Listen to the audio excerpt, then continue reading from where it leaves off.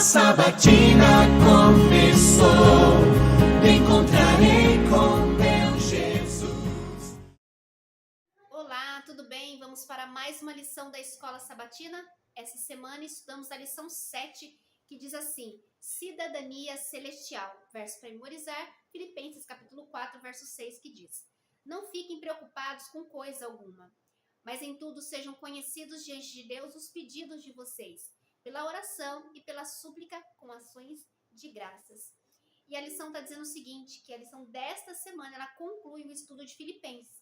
Está repleta de lições valiosas para a vida diária. Muitos dos altos valores morais que guiaram a vida do apóstolo Paulo são encontrados nos versos finais da epístola.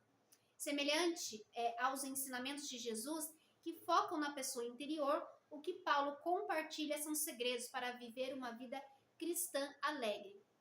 E é interessante que este verso ele vai dizer que nós não devemos ficar preocupados com coisa alguma.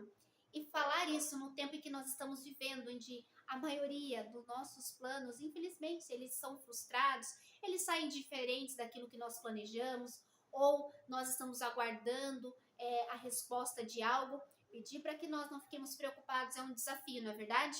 Mas a lição dessa semana vai nos ajudar a aprofundar neste tema para que nós tenhamos a certeza de que Deus controla e conhece todas as coisas. Tudo está sob o controle de Deus. Nada foge dos olhos dele. A lição diz isso, né? O presente e o futuro estão em suas mãos. E ele supre tudo o que nós precisamos. Nós somos cidadãos do reino celestial de Deus. Domingo, modelo de conduta. Todos nós, em algum momento, encontramos pessoas que admiramos e queremos imitar. Nos primeiros anos de vida ali de uma criança, né? Ela vai procurar imitar o pai e a mãe, e isso é de grande importância. E à medida com que vamos crescendo, nós vamos tendo outras pessoas que passamos a admirar, não é mesmo? E a lição também vai dizer que nós vivemos um tempo onde a mídia, a internet, ela está tão conectada que muitas vezes nós somos influenciados por maus exemplos, né? Infelizmente, somos bombardeados por notícias sensacionalistas e tudo mais. E que na época do apóstolo Paulo, mesmo não tendo a internet, eles também, né, sofriam aí de maus exemplos. O fato é que o mundo em que Paulo vivia era muito corrupto, imoral e maligno como o nosso hoje. O mal sempre existiu em grande quantidade e continuará existindo até o fim. E a questão é o seguinte: como nós vamos reagir a isso? É impossível que a gente não seja influenciado, né? Mas nós podemos fazer as nossas escolhas. Quem nós iremos imitar, quem nós nos deixaremos influenciar. Não devemos perder de vista o amor de Paulo para com aqueles de quem ele discorda. Ele chora por eles. Observe também que ele não chama de seus inimigos, mas inimigos da cruz de Cristo. Aqui estamos falando de Filipenses capítulo 3, versos 17 a 19. Paulo reconheceu que questões muito maiores estavam em jogo, entendendo que a cruz quebra barreiras e coloca todos no mesmo nível, como pecadores que precisamos de um Salvador. É interessante que o apóstolo Paulo aqui, ele consegue identificar pessoas que pensam diferente do que ele, pessoas ali que têm outras visões. Ele não enxerga como um inimigo pessoal, mas que aquelas pessoas que estavam contra a palavra de Deus, elas eram inimigas de Cristo. Ele não levava para o pessoal, ele sempre colocava a obra de Deus sempre em primeiro lugar.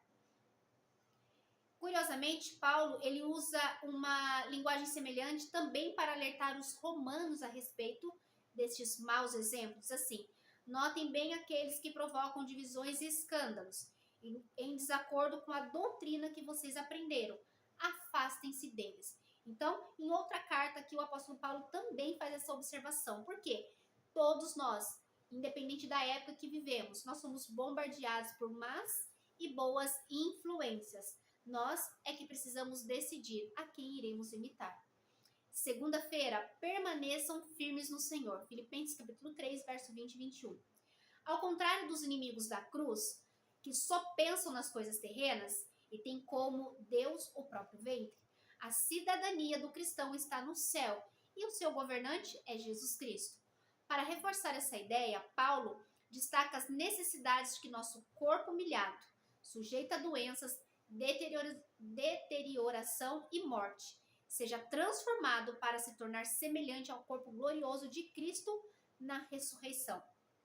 Por meio de Jesus, a morte, o último inimigo, será destruída.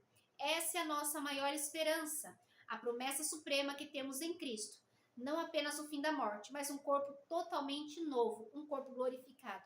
Ou seja, um corpo que está livre de tudo isso que o pecado nos trouxe, da enfermidade, da dor, do mal, da limitação, muitas vezes, né, da nossa própria mente, entendimento.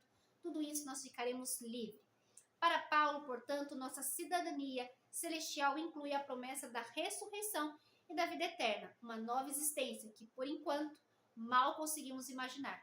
Com certeza, né? É difícil tentar compreender ou imaginar para entender como é isso. A gente só tem a esperança de que esse dia será glorioso. E quando este corpo mortal, este corpo corruptível, ele for transformado, nós viveremos uma vida espetacular, algo que nós não conseguimos compreender ou descrever em palavras. Terça, alegrem-se sempre no Senhor. Nós já estudamos outras lições e o apóstolo Paulo trazendo novamente essa questão de alegrarmos, né, no Senhor. Depois de reforçar a necessidade de unidade, Paulo introduz outro tema, alegrar-se no Senhor. Quantas vezes você já ficou preocupado com algo que no fim desapareceu tão rapidamente como surgiu? Não foi por acaso que Jesus repetidamente nos aconselhou a não nos preocuparmos. Pedro também reforça esse princípio ao declarar: lancem sobre ele todas as suas ansiedades, porque ele cuida de vocês. E, na verdade, o aumento dos problemas do mundo, ele deveria de nos encher de esperança, pois indica que a volta de Jesus está próxima. É interessante esse modo de enxergar, né?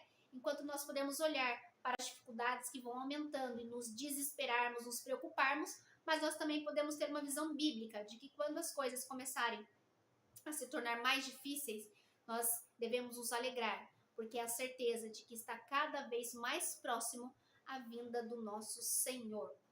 A maneira de vencer a ansiedade em qualquer situação é apresentar tudo a Deus. Devemos apresentar as nossas orações com ação de graças, ou seja, crendo que nós já recebemos, que o Senhor ouviu as nossas petições. Quarta-feira, pensem nessas coisas. A paz que excede todo entendimento também guardará o coração e a mente de vocês em Cristo Jesus. Nosso interior precisa de proteção. Outro aspecto essencial da paz interior é viver em harmonia com a vontade de Deus. Olha só o que diz o Salmo 119, verso 165. Grande paz tem os que amam a tua lei. Para eles não há nada que os faça tropeçar, mostrando para nós a importância da obediência. Também em Filipenses capítulo 4, verso 8 e 9, Paulo apresenta uma lista de 6 virtudes, seguidas por um breve resumo delas e um incentivo para que os crentes sigam o seu exemplo. Olha só essa lista: verdadeiro, respeitável, justo, puro, amável e de boa fama. São essas as qualidades celestiais que devem ocupar os nossos pensamentos. Devemos nos preocupar em sermos verdadeiros, respeitáveis, justos, puros, amáveis e ter uma boa fama.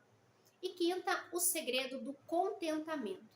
Quando passamos por circunstâncias extremas, fome, doença, perdas, começamos a refletir sobre o que realmente importa e valorizar bênçãos que no dia a dia costumamos menosprezar. É nos momentos em que passamos necessidades que a fé mostra a sua força. Nos momentos de abundância, devemos sempre lembrar que nada é garantido e que tudo pode mudar num instante. Jó e Paulo nos lembram, viemos ao mundo sem nada e assim partiremos. Veja algumas promessas da Bíblia. Salmo 23, verso 1. O Senhor é o meu pastor e nada me faltará. Mateus 6,32. O Pai de vocês, que está no céu, sabe que vocês precisam de todas essas coisas. O meu Deus suprirá todas as necessidades de vocês, de acordo com as suas gloriosas riquezas em Cristo Jesus. Filipenses 4,19. E Filipenses 4,13. Tudo posso naquele que me fortalece. Talvez nunca compreendamos completamente o que significa tudo, mas sempre devemos buscar aquilo que está de acordo com a vontade de Deus. E aqui também a lição traz uma lista daquilo que nós podemos pedir e é certeza de nós recebermos, porque está de acordo com a vontade de Deus.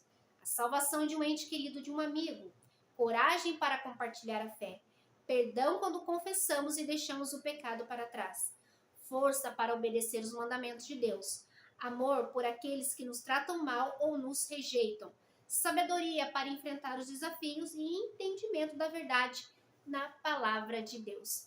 Essas coisas pode ter certeza que estão de acordo com a vontade de Deus, e se pedirmos, receberemos. E dentre elas eu gostaria de dizer uma outra promessa também, que com certeza Deus está ansioso para escutar este pedido. Pedir para que sejamos batizados pelo Espírito Santo de Deus, para que nós tenhamos força, tenhamos sabedoria para enfrentar as dificuldades e glorificar a Deus mesmo assim. Fazer como Paulo, dar ação de graças ao Senhor, mesmo em prisão, mesmo faltando algumas coisas, mesmo diante de uma situação difícil, de uma perda, de uma solidão. Deus, ele é poderoso para se manifestar na nossa vida e nos mostrar que ele está presente. E ele nos ensina também a sermos contentes, a ter contentamento com aquilo que ele está nos abençoando. Somente o Espírito Santo de Deus agindo em nós, através de nós, é que vamos conseguir estar contentes diante de qualquer situação. Alegre-se, pois, no Senhor. Paulo dizia isso porque era uma realidade em sua vida, porque ele vivia pelo Espírito Santo. Ele vivia pela obra de Deus. Ele entendia que a sua vida era muito mais do que aquela circunstância. Ele era um morador da eternidade, daquilo que é celestial, de uma morada diferente dessa que nós estamos. E que assim nós possamos compreender também. Vamos orar? Senhor amado Deus, querido e eterno Pai, obrigado, Deus, por mais uma lição, por mais um entendimento, por compreendermos que o Senhor está conosco, que o Senhor está no controle de todas as coisas. Nada, Senhor, te surpreende, te assusta, nada. O Senhor sabe do fim desde o princípio. Nos ajude, Senhor, a ser comprometidos com a Tua palavra, a buscar as promessas que estão contidas na Tua palavra, buscar a Tua vontade e saber que todas essas coisas, segundo a Tua vontade, se cumprirão em nossas vidas. Nos ajude a cada dia a permanecermos fiéis a Ti. É o que te pedimos e já te agradecemos, em nome de Jesus. Amém. E que Deus te abençoe, que você continue firme nos estudos da lição, para que o Espírito Santo possa continuar trabalhando na sua vida e principalmente através de você, para que outros também sejam alcançados com esta verdade. Amém? Até a próxima lição, se Deus quiser.